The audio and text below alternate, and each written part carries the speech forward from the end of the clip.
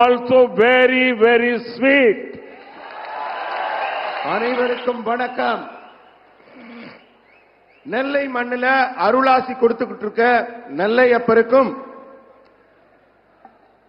காந்திமதி அம்மைக்கும் என்னுடைய பணிவான வணக்கத்தை தெரிவித்து இந்த நாட்டுக்காக உழைக்கும் நல்லாசிகளை எனக்கு தர வேண்டும் என்று வேண்டுகிறேன்.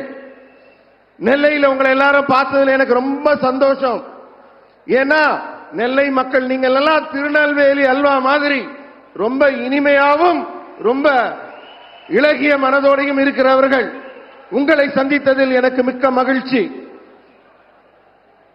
साथियों, कल मैं तिरुपुर और मदुरई में था और आज मुझे तिरुनेलवेली आने का सौभाग्य मिला है.